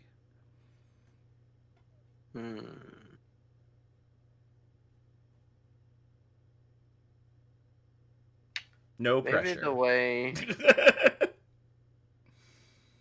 Maybe the way the like seating, or like I don't know, the playoff seating is a little weird to me, and like the fact that sometimes you end up playing the same. I mean, we played Boop twice, and we played Koala Kings 3 times. Yeah. Playing duplicate teams, and then the fact that in most scenarios it's actually better to be the second seed than the first seed is also a little weird. Just with the way that the bracket gets drawn out. I don't know. I've always wished there was a little more, maybe like another shuffle heading into playoffs. True. Yeah, and that's kind of one of the things that we're always dealing with, right? So I'll give you kind of, if you don't know already, kind of the background into how everything's set up. So obviously stage 1 is just a hodgepodge, right? Like we just kind of throw teams together into groups and kind of see who comes out on top. And then the idea is that not only do we have the group stage for stage 2 that puts teams up against more competitive teams, equal to their strength. So like you said, if you face Boop a couple of times a season, you probably face them once in stage 1 and once in stage 2, and then in the playoffs, right? So it was stage 1 and then the playoffs. Okay, stage 1 in the playoffs. So the preseason. Oh well, yeah. Preseason's just random though. Like that doesn't. I was including the preseason for our third Koala. Yeah. I mean, and that's the hard part about the tournament too, right? Is that now there are 24 teams. Like we had a hard time last season when there was just 16, making sure that everybody faced one another. And now you add another 8 on top of that. Although there were 24 in Harmony, weren't there? No, not last season. I could have swore I think we were originally gonna switch just Harmony and Discord to 24 this season, if I remember correctly, and then Trans Tier was gonna stay 16, but then we got enough teams to make a 24 stack Trans Tier. I think that was the plan, but I may be wrong because that was like. I'm 90% sure that season 5 had 24 Harmony. You might be right. I think it had 24. I have dad brain, so I could completely be wrong there. But nevertheless, like with so many teams, it's hard to make sure that happens. And then of course we can't really control the playoff bracket because that's like you get seeded how you get seeded, how you play, and teams can decide whether they go all in or they don't, right? So like if you're a team that like if you're warming up for playoffs during stage 2, like you're gonna fight like hell during stage 2 to do the best that you can and try to get your rhythm in, and that'll put you at the top.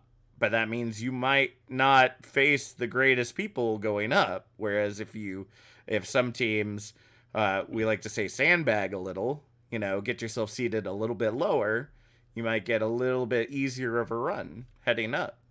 And so I don't know. There's probably some things that we could change, and I know that there's always that's one of the things that we're always looking at about, bracketing and whatnot. I know teams hate that they don't get to face every team. I wish there was an easier way to do that, but if we did that, you would be here for about 6 months. Or we'd be playing twice a week, and I don't know which teams would want to do that. So, might be something that we need to look into if that's something that the teams. If I mean, I know y'all are scrimming like multiple nights a week, so I mean, I can't say that it'd be too far fetched if we did 2 matches a week like that. So, I don't know. Something to definitely look into. Thanks for that, Apathy. How about you, Vix?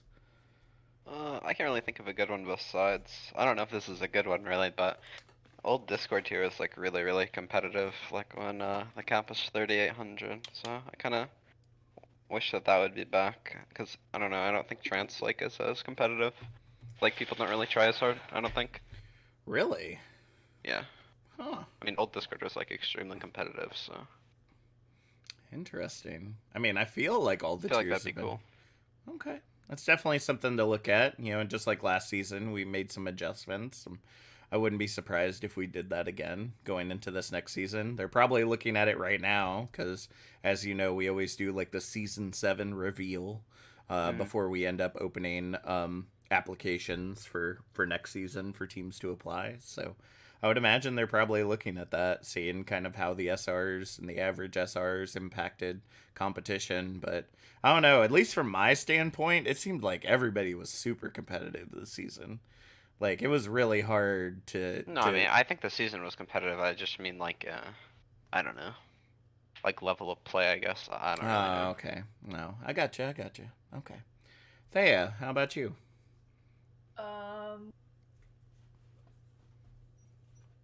I'm deciding between like 2 ideas that I have right now. Okay. Which I'm gonna share. Okay,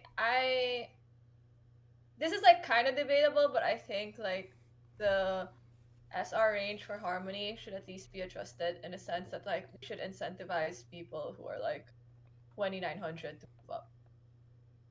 Or like to move up into Discord tier, especially when you've already lowered the range for Discord tier and Chance tier this season, so that like people are like between 2,800 and 3K are allowed to play in Discord, but like some people would rather stay in Harmony who are like 2,900 because they qualify and they're able to do so. Yeah, just because they're able to do so. I think we should be incentivizing people to move up, so maybe like lessening the overlap between SRs of Harmony and Discord. And that's always something to remember, too, for folks that don't know. You can't essentially not go into a higher tier if your team wants you. So let's just say, for instance, you have a 2,500 SR player, and for some reason, who knows, a Transcendence tier team wants to take them on. That person would still be allowed to play, but would be capped at the 3,300. Like they wouldn't go lower than the lowest cap for their SR, even though their SR is below that, and they'd still be allowed to play. And so I think you make a great point there. As I think about it, I don't have the rules right in front of me to be able to verify it exactly, but honestly, I think Harmony has the biggest range from like 2,000 to 3,000, right? It does. So, I think it's kind of... So that's kind of nutty. I think it is. So Yeah, I mean the difference between a 2K player and a 3K player is significant. True. Yeah, and it's kind of hard because like it's hard to find that. I think my thing is like if we want to incentivize like people to actually grow, especially those who are like probably low gold range to mid gold range, if you want to bring those kinds of people in order to create a space where they could grow, you should be adjusting at least like probably the average team SR to be lower, or like capping out where the max could be for the tier. So that's just like my thoughts, obviously, depending on like what the goal of admins are moving forward. Yep. It's kind of hard though, because like on roles, like depending on the role that the player is, like a 2.9 like support, or like say it was old, I'm thinking of it in like old ways, right? So like say like a 2.9 DPS player is viewed like very differently in Harmony than Discord, versus like a 2-9 support. Like you try and get like more, I guess, impactful roles go to like higher SR players sometimes. Like I don't know how to describe it. Like a main tank would be like a 2-9 player in a Harmony tier team a lot of the time. Gotcha. And then if you like throw a 2-9 main tank in a Discord tier team, it would be like a lot harder, kind of. So okay, yeah, kind of weird.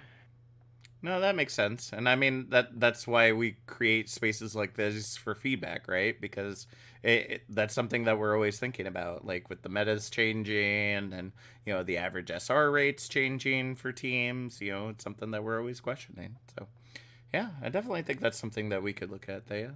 Definitely. So, Dispel, how about you? I would like to play someone other than Flashbacks in the playoffs. Oh, here. We've never played Flashbacks. It actually has nothing to do with like they're good and beat us, because I like playing the good teams. It's the last 2 seasons we've run into the Flashbacks in like the first round. It's more just I won't play other teams. I mean, I gotta be honest with you there, Dispel. It's all about you winning more in stage 2. Yeah, when it comes to that, yeah, like, our stage 1s need to be better. Well, there's nothing we can do about that. No, sorry. I'm not blaming that on mods. That was more of a joke.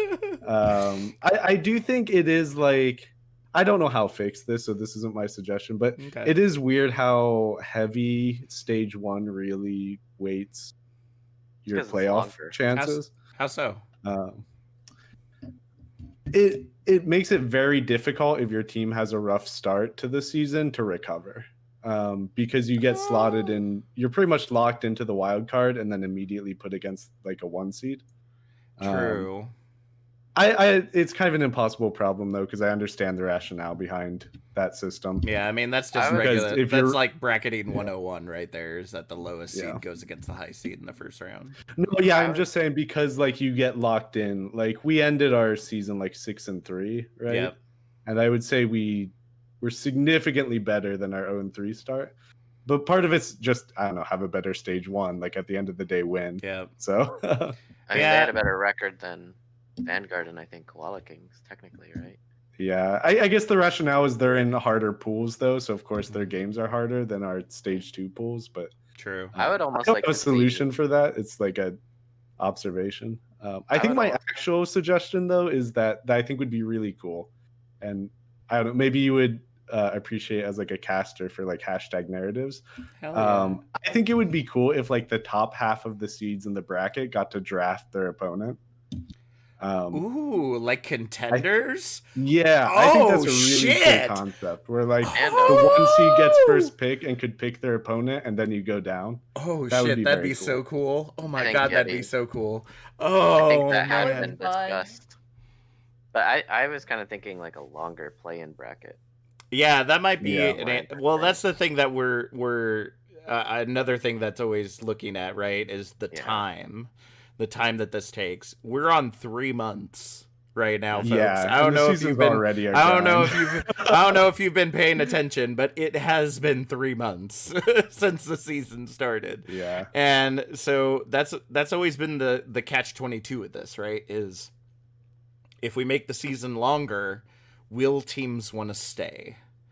And so I would imagine, correct me if I'm wrong, but as teams continue to kind of find a home here in Tranquility, especially like your Harmony and Discord tier teams, like we might have a problem with this in Transcendence tier, because obviously they have other places that they can go play and whatnot, but I would say at least for Harmony and Discord tier, it might not be a bad idea now that we have like at least, I'd say probably half or more teams that have played this season are kind of slotted in Tranquility as kind of like one of their main tournaments. So I can understand that, having like a longer play-in bracket to kind of, not only does it give you a chance to recover if your first couple of weeks don't go so well, but also it gives you a chance to face off against more teams.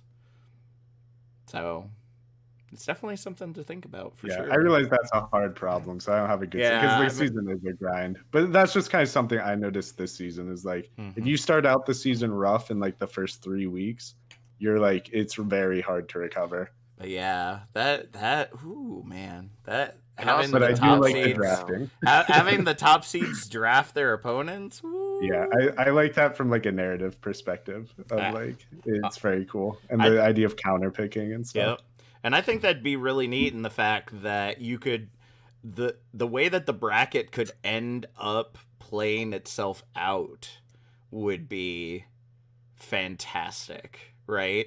Because you could be that first seed team saying, "Yep, we're just gonna go with the lowest seed and make our run a little easier," but you could also be that first seed team saying, "I want to knock out second place as quickly as I possibly can," so that the rest of the season. I think what you would have to do is divide it into two pools of like your top 8 seed or top however many seeds and your bottom however many seeds. Oh yeah. To me, it just like adds another dimension of strategy of like if you're the top seed, you could go, oh, we want the bottom seed, or you could go, oh well, they run this comp that we're actually not very good at, and this team, you know, doesn't have a counter comp for what we run, and it just adds like that extra layer of kind of strategy to things that I think is really kind of interesting and cool. Yeah, no, you're right. My brain totally didn't think of that. I was thinking more of like the top of that lower bracket. So the hopes of like a Cinderella story obviously are going to be in that 8 to 10 range. So maybe taking them out early is a better or if shot. there's a team in there that's like at the bottom, but you know, like they've made a bunch of roster transactions and are maybe scary. Yep. And like you don't want to actually pull them, so you can pull like maybe a higher seeded team that you think is worse. Yep. I don't know. I just like adding more dimensions and complexity to things. I mean, honestly, it might not be a bad idea, and it might shake some things up. So it's definitely, again, these are all things that we could be looking into. So awesome. We would have picked Holy Jalapenos again because that would have been pretty funny. Oh, I don't think it would have been funny. I don't think funny is the word for it. No, it's because we played them at the very beginning. No, I know you did. That's why I don't think it would be funny. Because I remember how that match went down. Goodness gracious. Man, they have families, guys. All right? They have families. We love Yeti. Crispy, how about you? You know everything we do behind the scenes, so you'd probably be the best one to be able to give something of change. I was actually going to say something pretty similar to Thea here. It is kind of annoying, for lack of better words, when you see somebody that's kind of like obviously camping SR, like they're like 2900, 2950 in Harmony tier right before the season starts, and then like 2 weeks into like the season, they're like, SR. wow, they're 3400, they're about to hit Masters. That's super crazy. So yeah, I mean, I would. Obviously, we're a community that does promote, getting better. Yep. So it's hard to say that you can't get better, obviously.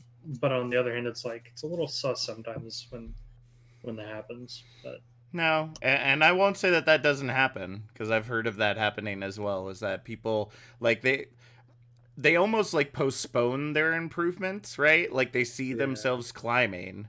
And they're like, well, do I think I'm ready for that next step? And whether that's right or wrong, it's hard to say, right? Because if they decide to take that pause, however long that pause is, it could be a couple weeks, it could be a couple months. It could impact how that progression goes. The meta changes, or heroes get buffed or nerfed or things like that. The team they get added to, they end up finding themselves on, doesn't work the way that they thought it would. There's a lot of different ways that could go awry if you decide to hold on your SR. But I agree that like we said earlier, Harmony is the largest SR differential. 2,000 to 3,000. So lowering that cap a little bit, I don't think would be a bad thing. And maybe make things a little bit closer in regards to competition in the Harmony tier. I mean, I had a pretty bad experience last season, or at least the way that, I don't know, that's kind of one of the bad things of the old Discord tier thing is if you're like a low 3k DPS player and old Discord tier, you just can't play in Trank. Like there's just no way. Like there's no one wants you on your team. You know what I mean? Like, why would someone want a 3K DPS player playing against 3-8 players? You know, doesn't make sense. So. But maybe that's also part of the answer, right? Is that we also look at adjusting the Discord and Transcendence tier. Maybe it's not just in a bubble. So maybe you could adjust the averages. Because I know there has to be overlap, like because we were I know talking that about earlier. Well, yeah, I mean it's a good thing that there is. Ranges. Yeah, I mean it's good that there is overlap. You're also kind of running into this problem where you're trying to find the perfect ranges, and you're getting overcrowded with teams. Like maybe it's time to start thinking about making a 4th tier or something like that. If you have so many teams scrambling. Oh man, it becomes a more and more complicated problem. Like I don't know if that conversation has happened or how controversial that is. I guarantee you it probably has. Like there's just so much going on, and like you don't have to think as literally as we're trying to figure this out, right? Yeah, no, and I know of tournaments that actually have 5 tiers when it comes to their stuff. Tier overhead. Yeah, you have the overhead team, like way up, like OD level teams that has no cap, and then and then you have a lower tier. Yo, bronze silver. Bronze silver, baby. So the only trouble with like the other thing is also like if a player, teams are formed like 3 months, 3 to 2 months before the season starts, and then if one player starts improving in scrims. Then suddenly there's a team that's down a player 2 weeks before the season, and all the players have already found teams. Yeah. So it can make it really hard to fill that position. Also, with people improving after they join a team, I mean that's just how teams work. Like, I mean, whenever I first joined competitive Overwatch, I went from like a low gold player to like a mid plat player. I mean that's just how. Dude. Yeah, but I dropped 550 SR this season. Like it's. I think our team average SR actually went up 500. Yeah, like I mean that's just how competitive Overwatch works. Like you will get better. I mean, there's just no other way around it. True.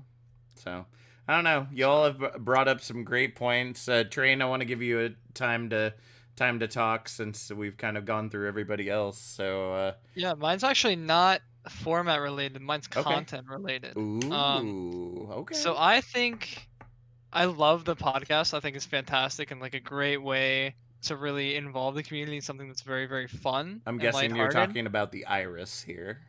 Yes. Okay. But I think there's kind of this space for like short form or long form written content that would be really interesting. Because you kind of have like these interviews going on, and you have these podcasts that are struggling to highlight all the teams they want to highlight. Yeah. But even then, when you're consuming all of that, it's really, really hard to keep track of all the storylines, all the results, and like even just a table of like what's happening. Okay. Could be more useful than what we have now. But I mean, like, there's a lot of opportunity to really get some written content up, get some written interviews down for people who have weird time schedules, to like really explore that kind of rivalry space as well and storylines across seasons. So I think there's space for creativity there, and it feels like kind of the next natural progression of trend content for me. Awesome. Well, that's a first. I haven't heard anything like that yet. So thank you for focusing on that aspect of things. First thing I'll say. Yeah, and I think it would be successful if it was given like more attention and like a bigger team of people, basically. Yep. Well, I was gonna say that's the first issue is people. Yeah. Hey, so... I volunteer. Jeez. So the first thing is always people, right? Is trying to make sure that we have enough people that can do the job. As you can see with the example of the BeatDrop, like we have people on staff, but schedules have not worked out, and a lot of it is falling on my shoulders again this season. So it's rough, right? Because and I mean, and like part of the struggle with scheduling BeatDrop is also like you have to coordinate schedules, right? But with written content, it's like you can find an That's hour, half true. an hour here and there throughout the week. So That's true. it feels more flexible to me. I don't know. And that might be the advancement of the beat drop from here on out, because I think that's the hardest thing for us is not it's just scheduling for us as the interviewers. It's hard scheduling the teams too, right? Because you essentially, like, the ideal situation is you want the whole team here to be able to interview them, but not all the time can the whole team be here. But if you had kind of like your reserved for scrimming. Yeah, but if you had, well, that's the thing though, right? Is that some teams don't scrim because of that reason. Yeah. And so, having, I would say, maybe like a trank newsroom, so to speak, where you had kind of like your own set of journalists that would be assigned, say, a team a week to go like interview and talk about like with their, pick like 3 players on the team and go like learn about the team, like the GM and like 2 of the players, and then each team can like volunteer people to be able to do that, or they can, the players can choose for themselves who wants to do it. Yeah. Like, or it you gives get more someone of a, and you're like, hey, you cover like Aurum, Harmony, Aurum, Discord, and then we have someone else do Indigo, Trance, Indigo, Discord, and whatever, right? So you can kind of like keep some consistent contact. That was a little bit what the pre-show seemed to be attempting to do. Yeah, but again, kind of that was with was the scheduling issues, and because it was recorded live. It wasn't recorded live, actually. Well, it was but like you had to get all 3 people together to record. Well, the great thing about it is that we just did it after the Iris, so we were all there anyway. so that made it easy. But the issue is that we didn't have enough people putting the content together. That made it difficult, and then I think at this point, moving forward, like you said, if we want to create different and more interactive content with the community, especially for as big as we're getting, it's going to be that we're going to have to bring people on whose jobs is to do that. Because honestly, in Tranquility, a lot of the admins, myself included, not necessarily an admin, but as part of the moderator team, like, we wear a lot of hats. Like, Crispy's the assistant tier director, but also runs social media. And I do casting and do stuff with the production team, but I also run BeatDrop. And Yeti runs Transcendence tier, but also runs the Iris. So we just need more people that can be as dependable, so that some of those can start going in different directions to people that have more time to invest into things like that. And, it depends on what people are willing to let go of and what people we find to be able to pass that on to. So it's definitely something I hope that we're looking into over the summer, over the off season, because I agree, Train. I think that's something that's really important, because as a community that literally promotes themselves as a place that we are here for y'all, we should be creating content that meets your needs. Yeah, and finds you where you are. And especially if you're looking to like expand, like the more ways you can give people an entry point, the better it is, right? Especially if those entry points are really, really flexible and not just like, hey, watch the podcast live. It's like, because people can't always do that, and mods exist, but like people don't always have like an hour and a half to sit down at one time and consume media in that way. No, so that's completely understandable. I totally get that. Yeah, so I think, maybe go ahead.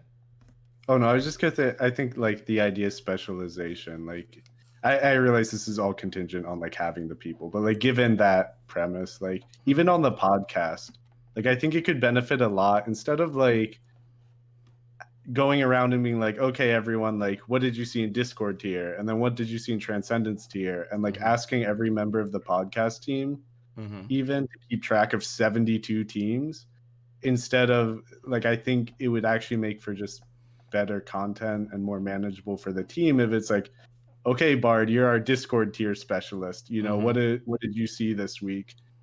and then they can narrow their kind of range of like everything they're having to monitor as well. Gotcha. It's like, because it is like completely unreasonable to ask people to like, hey, keep up with 72 teams that not everyone even has a stream to match, you know. Like, and do it do for you remember free. the fan service episode? That was fun. The fan service episode was so much fun. And that was only 10 seconds a team. Easier for them too, as well. And I think just would produce better content as well. Yeah. At the end. I mean, again, it's about availability, right? So, Yeah, first off, definitely. there's a reason that we have 10 members on the podcast now, because not everybody's available every week. And so, yes, would it be great that if like each of the 3 additional positions and then one kind of overarching position was a specialist in a particular tier? That'd be awesome. Unfortunately, that rotation doesn't always work out in our favor because, you know, IRL stuff happens. Yeah, if And someone so, falls out, then you're missing a whole tier. exactly. So at the end of the day, I'm not necessarily for certain that there's anything bad that we're doing on that aspect of it. I think the hardest thing is for things like, you know, end of season, all-stars, you know, things where you have to be looking at everything that's going on. That's hard. That's probably the hardest time that we have to really buckle down and learn about everybody. But for the rest of the season, it's usually not too bad, to be completely honest with you. Like, we usually have very closely focused prompts that we're looking at, and so it allows us to focus in on particular teams or particular aspects of the tournament that really narrow down the amount of research that we have to do. But again, it's about having those people available. So I think all of your guys' feedback was so amazing. So first off, to y'all, thank you so much for all that feedback. You know, I think that it's great because it shows that not only is our community passionate about being part of the community, is that the goal is that the community wants to make it better. And I think that that's amazing. So, now that we have spent probably a whole half hour on that, because I totally lost track of time once we got into this one, we're at our last question, which is, who's going to win? And unlike the Transcendence tier, which was essentially Ghostly Peppers and Friends, I'm sorry, but none of you made it into the finals. So you all have very sort of unbiased opinions, I suppose, as to who's going to win it out. And for those that don't know, it is Jetpack Cats, Koala Kings, Phantasmal, and Firefight. Those are the 4 teams remaining in the Harmony tier to win it out. So starting with Apathy and working your way down, who's going to win? Koala Kings. Any reason why? Just because they beat you? Not quite. Okay. I mean, I think they beat us, and they are also better than the other 3 teams, I guess. The only people that would beat them at this point is themselves. So as long as they show up to play and listen to Navino, I think they might. Long as they don't pull a whole stage 2, then probably they'll make it. Yeah, but I think they all want to show up for playoffs. I hope so. I think they want it pretty badly. It's like we talked about. Sometimes that sandbagging happens. Wouldn't be surprised. I don't think it was purposeful sandbagging. Probably not. You're probably right. I know Navino is a very competitive. All right, so I think Vix. Oh, go ahead. Finish out. I was gonna say I think they could 4-0 both games as well. Wow, really? If the right Koala Kings, if the Koala Kings that showed up against us shows up, okay, I think they will 4-0. Yeah, I agree. I agree with that. I agree. All right, Vix, how about you? I mean, I agree with Apathy. I mean, like, I don't know. They we were talking to them and they really wanted to win. Like, I mean, we obviously wanted to win just as bad as them, but they did more preparation, right? Okay. So I mean, that's how they're they counter comp and Navino just counters whoever's doing well. So I mean, it depends. If they show up in that way, then I think they're just gonna win. Yeah, I don't think it'll be that close, to be honest. But if they don't, then Honestly, I don't really know. Maybe JPC, maybe Phantasmal. I don't really know. Okay, Thea, you're on the same boat with them.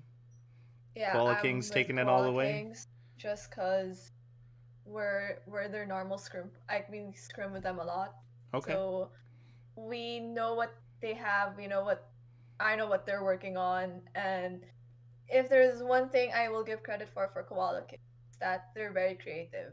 And up against the teams they're about to face, I don't know if they're gonna be smart enough to handle what is creative. Ooh, all right. Some fire from Thea there. Okay. I have a lot of fire. I just start quiet all most of It's the time. all right. We But I'm throw already out, so it doesn't matter, right? exactly right. We throw a lot of shade here on the BeatDrop, so no worries. All right. So Dispel, how about you? You in the same boat? Are you a I'll pick koala someone stan? else. No, I Okay. I'll give the disclaimer that I haven't played any of these teams and haven't Ooh. particularly watched any of them. Uh-oh. However, I do know, like, in sports in general, one of the hardest games as a team you can have is the game after you pull a big upset. Just from like a mental standpoint, that's very hard. You like ramp yourself up for like all week for that big game. Yep. And then the game after is often a trap game. I don't know any of these players. I have no idea what their mentals are, but I do know that's like one of the hardest games you can have. Okay. So I'm gonna pick for mine. I really like comeback stories, and Firefight had a really rough start to the season. I remember. Okay. Kind of shaky. So I'm gonna pick them because I think they've like really turned their season around. They're really rock solid. All right. How about you, Crispy? Well, the finals match is going to be Koala Kings and Firefight. Yep. But I do think Koala Kings also are going to take it. They played like hell in our match, and quite honestly, I'm very proud of the fact that we managed to take any map off of them because they are very good at the video game. Being good at the video game is kind of important here. So yeah, out of all the scrim, or out of everybody that we've scrimmed, everybody that we played, sorry, all the flashback people that are here, it was definitely the toughest. All right. Yeah, and I think I misremembered too. Apparently they went 5-0. No, they went 4-1, but they 4-1. Yeah, their stage 5-0 2 if was their players horrid. were there. Yeah. Okay, maybe it's stage 2 I'm thinking of. Yeah. Yeah, Stage they 2, went- they kind of took a backseat a little bit. No, They also Firefight? No, knocked they us went off the 3 Oh, sorry, not Firefight. No. You're right. Yeah, I Firefight's don't know been who pretty I'm thinking of. dominant I'm for the still most gonna part pick this season. Firefight.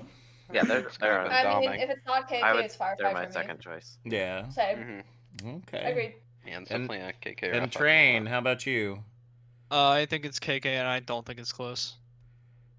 I think so. My thing is I think the KK and JPC game will be really, really good. Yep. JPC is a great team, but they are a team that is great at certain things. Okay. And I think if KK comes to the table with something that's even a little just slightly off the main track, gets JPC even a little out of their comfort zone, I think they take that with 4-0, honestly. Wow. If they just challenge my them, thought well. if they just All challenge right. them to play creatively and get them thinking on their feet, I think it's gonna be a really big advantage for them. Okay. Creativity. And then I just don't think I think Firefight's a great team. I don't think they're KK good though. Okay. And I think Phantasmal got a little lucky against Void. It was a little too close to give me hope in them winning the whole thing. True. So. That's true. Firefight and KK are really similar teams. Yeah, but And I think KK is just like a step. Yeah, just a step exactly. above what Firefight is. It's like a A+ and an S version. Yeah, I think I think KK also has the players who can shut down what Firefight has to offer, if that makes sense. All right. Well, I know you all know who I'm probably going for, and it's Koa Jetpack Cats. Of course, I'm a cat dad. I've got to root for my cats. Do not the cat. We're but not I surprised. also, We're not surprised. of course, you're not surprised. But I've got to say that one thing that I really love about the aerial felines, right, is that don't underestimate the power of heart when it comes to this game. Yes, mechanical skill and scrimbucks and all that jazz are really important, but the passion that a team has to win can sometimes overpower that. I mean, look at freaking Flying Lions last season. Like, we're supposed to be eliminated, I think, in like wild card round. Ended up making it to the semifinals. Dirt last season and this season. Known to be good players, didn't really do good during the regular season, and then just blows it away going into the playoffs. So I've watched a lot of JPC. I've watched a lot of the other teams as well. And I think the one team that really has the passion, the drive on their side, they desperately want to take away this dub. I think it's JPC. I really do. So a little bit of bias, but I think there's a lot to back it up. So, all right, this has been going on long enough, and I need to kick you all out of here. So now, let's get to some server kick trivia. For those of you that don't know, the way this works is I ask them a series of questions. They buzz in by using their name. So if you are Apathy, you can just say Apathy. Thankfully, nobody has any long names in here, so it's really easy. Don't have to break that down for you. And if you answer the question, you get it right, you get to choose who leaves. Unfortunately, I didn't prep any messages for today to kick people out, so you're essentially going to get a final words speech until I finish writing it, which it's like midnight now, so it might take a little bit. So, but if you get the answer wrong, you can circumvent not kicking yourself, because I won't let you do that, by getting it wrong, and then you'll be kicked in that way. So tonight's trivia, as always, because again I haven't had a whole lot of help this season, is Overwatch interactions. So this will either be an interaction between a hero and a map, or a hero and another hero, and I'll break that down for you before we go into it. Does anyone have any questions before we finish out our night? No. All right. I know y'all are sleepy. We're almost there. Almost home, baby. All right. This is between a hero and an ally hero. So someone on your team doing something, and then that hero responds to them. I see you've got the aim from your mother. Train. Train. Is that Oh wait, no, I reversed Yep. it. You got to do two heroes. You have to guess both. Yep, Yeah, you have to never guess mind. both Just of them. Never mind. Oh, you Just- already answered, buddy. I hope Alright, you're ready. I'm gonna guess. Fine, I'll guess Widow and Farah. Ooh, close. Just Widow mine. has a very similar line. It's called like mother, like daughter. Yeah. that's when what I was she thinking of. takes out a Farah, but that's an enemy Farah, not an ally Farah. I This see. is actually between Farah and Soldier 76, and I love this note. This is not only when Farah gets a shot midair, so like a headshot on an enemy Farah or an enemy Echo, but also when Farah kills herself with her rockets. Oh god. Which totally changes the meaning of that voice line. It is so awesome. I honestly just want to do it in a lobby and see if I can trigger Soldier to say it, because it'd be so damn funny. But yeah, so it's between Soldier and Farah. So Train.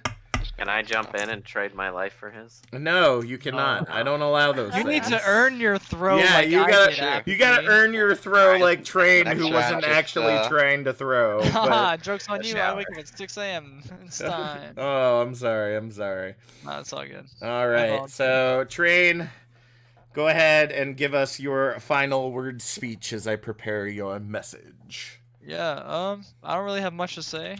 Just mostly, thank you for everything you do, Captain Jack, and the rest of the Trank team. I know it's hard work, and it is often relatively thankless for the amount you do behind the scenes, but I know we all love the stuff you do, and we're all very, very grateful to have people who care about us and about the community as much as you do. So, All right. Well, Thank Train you. sucking up to me is not going to get you kicked out of the server any Oh, faster. please so... kick me out. I need no, to I'm just sleep. joking.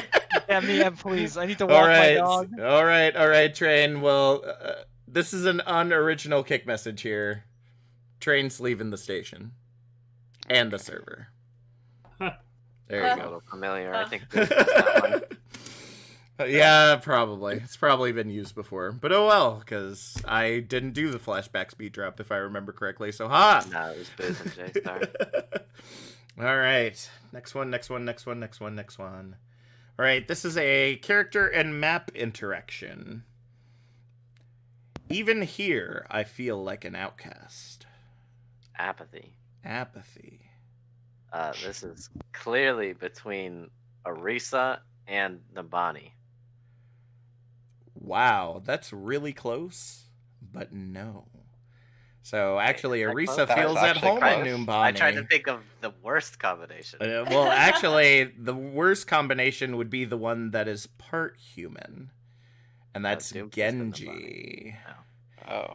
Because Genji is a cyborg now, or android. I don't know. What do you call him? Cybernetic ninja. You know, part human, part android. And you would think in Numbani he would feel welcome, but he still doesn't feel very welcome there because they're more like, think of it as like a full Omnic society, vice a hybrid society, so to speak. So. All right, Apathy, you got your wish. We're going to send you on your way, so go ahead and begin your farewell speech. I don't have anything. Enjoy an awkward silence. Okay, well... throw shade, then. I don't care what you do. Just do something. Fuck Apathy.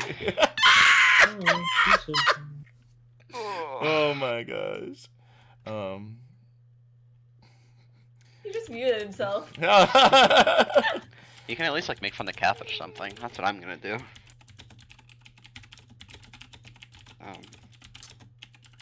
Getting donut walled by my teammate. Oh my god. Alright, bro. All right. Well, Apathy, thank you so much for being here. But my ability to make up your kick message is about the same as your attitude. Apathetic. All right.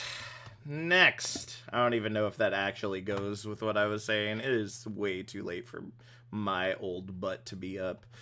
All right.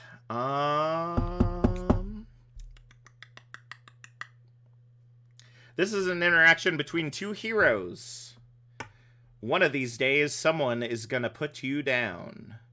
I'd like to see them try. Vix. Vix. Is it McCree and Ash? You would think. But no. Unlucky. Unlucky indeed. It's between the old dastardly duo, Soldier 76 and Reaper. Oh, that makes sense. So, we're going to be sending you on your way there, Vix. Go ahead and begin your final word speech when you're ready. I had a good season, I guess. I don't know. I improved, so thanks, Drink.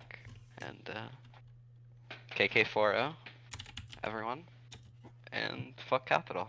That's all we got. I'm kidding, Capital. I love you, buddy.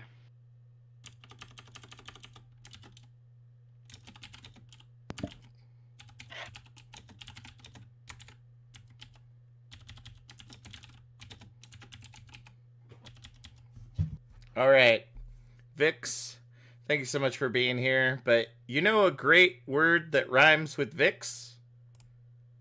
Cakes. There we go. That's some of the best you're gonna get tonight, folks. Hope you're all enjoying it.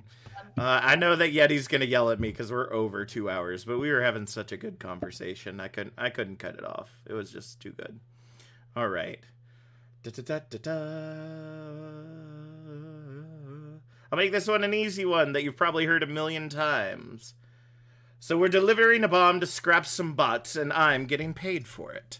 Crispy. I love it. Crispy! Junkrat. On Junkrat. Crispy! No! Oh. No! Oh. Crispy! It's...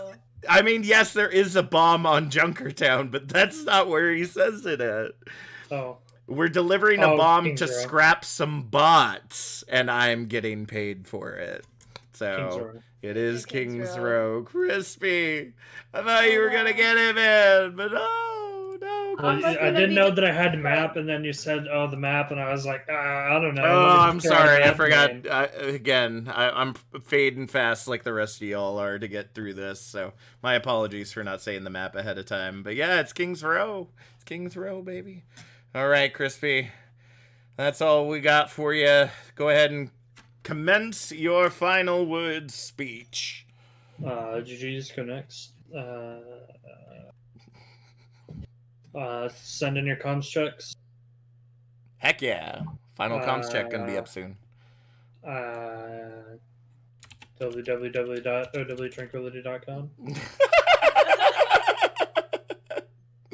Awesome. Well, the social media guy should know all the social medias, right?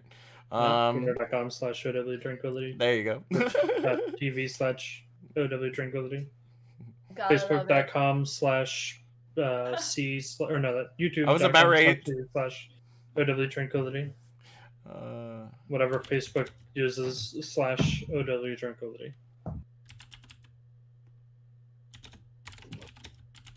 Oh, and actually Instagram. We have an Instagram? We have an We do. Instagram? Yeah. That's amazing. Yeah, I've been posting the game day Oh, nice. thumbnails on there too. Damn. At All right. Tranquility. See, look at that, Thea. You learned something new after 2 I learned hours and something new past today. midnight. So, Crispy, thank you so much for being here, buddy. I love working with you, but Heck yeah. you're more like burnt. And it's time to sweep you on out of here. All right. The Support final supremacy. two. Say again. Support supremacy. Support supremacy. Well, we just didn't answer, and by other Honestly, people messing up, now we're We're here. that's the two ways that you win this, to be completely honest. Yeah.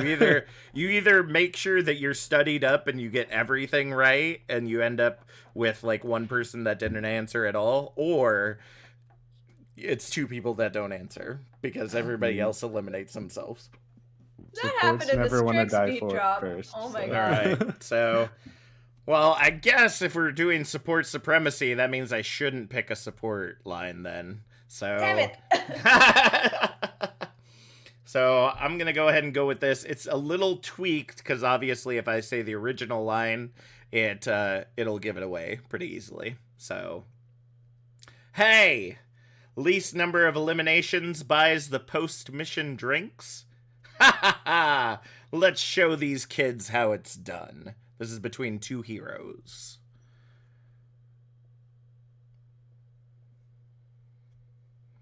So, hey, least number of eliminations buys the post-mission drinks. Ha ha ha! Let's show these kids how it's done.